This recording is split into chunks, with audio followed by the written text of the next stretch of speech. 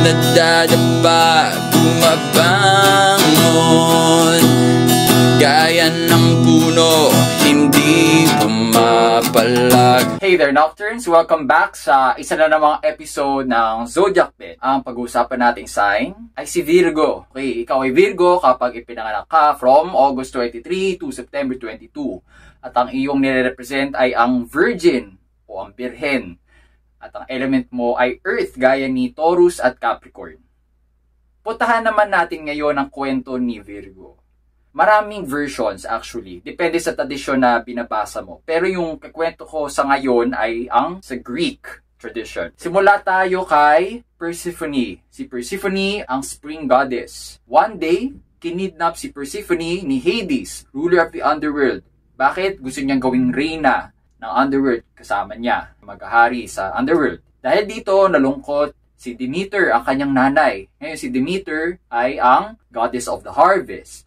Dahil sa kalungkutan, tinigil niya ang anihan. Yung sa mga nakatira sa may spring season, okay, mamaya ikakwento ko kung bakit March yung simula, okay? At dahil dyan, si Persephone, binabalikan niya from the underworld yung kanyang nanay, si Demeter, at tinutulungan sa harvest tuwing March hanggang August. At tandaan ninyo, balik tayo sa mga bansang may spring season. Kaya March nagsisimula ang spring kasi Persephone, spring goddess, kaya March siya bumabalik. Tapos umaalis ng pagkatapos ng August. Yun. Kaya yun yung mga tinataguri ang spring season, yung ganong buwan. At bukod dyan, from March to August din, nakita ang Virgo constellation. Pagkalipas ng mga buwang ito, pagkatapos ng August, hindi na siya makikita masyado. Yan ang kwento ni Virgo. Ngayon, may connected si Virgo actually sa Libra na constellation. Kung babalikan nyo yung Libra na video ko, okay, yung skills ay actually pagmamayari ng isang goddess, okay, na pangalan ay Astrea. Don't know kung nabanggit ko yun sa Libra video ko, paki-check na lang. Si Astrea kasi ay kilala din bilang, ano din siya, na-associate din siya sa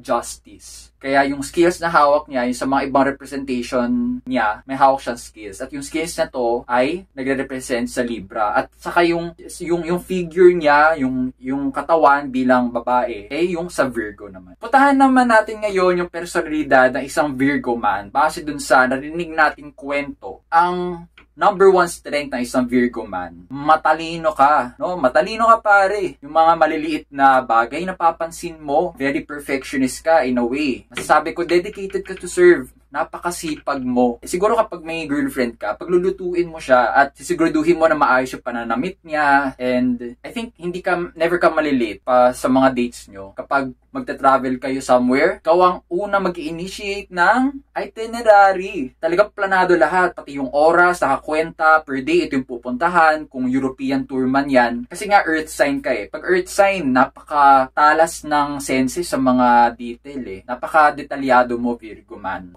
Lalaki mong tao pero daig mo pa ako siguro pagdating sa pagiging detalyado kasi mas magaling ka dun. At saka Virgo man, dahil nga representation mo ay ang Virgin Goddess, okay, yung mga Virgin Goddesses ng mga iba't ibang tradisyon, may yung itsura mo, yung physicality mo, may pagka-girly. Pero depende siguro din sa mga signs na meron ka. Girly na may touch of masculinity. Kaya may pagka-androgynous ka din. Although, hindi naman kasi androgynous ni Libra. Pero palagay ko, may pagka-ano ka nga, may tendency ka nga mas maging girly, no? Dahil nga, yung representation mo ay ang Virgin, si Libra skills lang eh. So, half-half lang siya. Ikaw, mas 80% yung pagiging feminine mo. Yun lang yung sa tingin ko, no, ang meron ka. Pero hindi naman yun weakness. Huwag ka mag-alala. Hindi yun weakness kasi gusto nga yun ng mga babae ngayon eh. Actually, yun yung trend sa ngayon eh, sa masculinity. Kung sino yung lalaking may feminine qualities, yun yung mas tinataguri ang attractive. Kaysa dun sa super maskulado. Laos na yung ganong klaseng masculinity. Okay, tapos ano pa pang strength mo? You take care of your health very much. To the point na minsan naging hypochondriac ka eh, na tipong konting sakit lang, ay,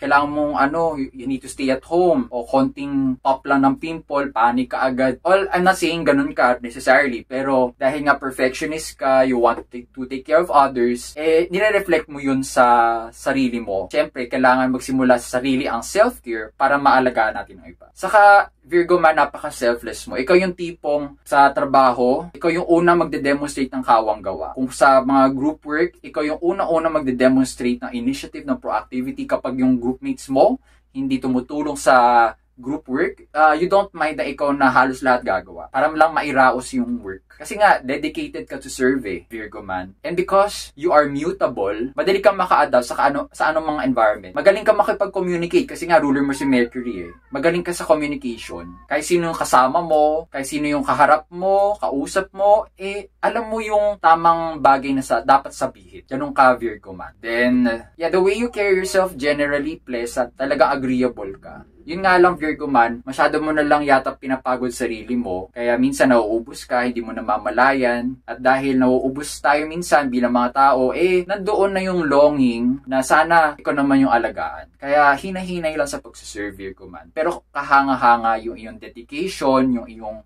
hard work, yung diligence. Kasi nga, virgin pag sinabi natin virgin, tinataguri ang self-sufficient. Hindi mo kailangan ang iba na supplyan ka ng ginhawa kasi ikaw na yung mismo nagbibigay ng ginhawa sa iba dahil alam mo sa sarili mo, nabigyan ka na ng ginhawa. Kasi nga, self-sufficient ka Kaya virgin yung representation mo. So, sa ngayon, yun lang yung masasabi ko sa Virgo, no? Pasensya na, hindi ako kasi masyado pala halubili sa mga alam ko may Virgo sign. Pero nonetheless, sana nakatulong ang reading na ito. Pero kung may maidadagdag ka pa tungkol sa Virgo, i-comment mo lang sa baba. And then, i-like mo to kung nagustuhan mo yung reading ko. At ibahagi mo to sa iba na gustong maunawaan o magkaroon ng panibagong perspective o ma-confirm yung kanilang perspective tungkol sa pagiging Virgo. Okay? So, second to the last episode na ito ng Zodiac Men. Not unless may extension.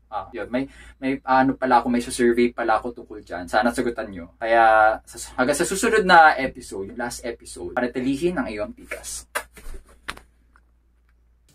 Nadadapa, bumabangon, gaya ng puno, hindi na bumapalag. Kahit gaano kalakas ang bagyo, panatili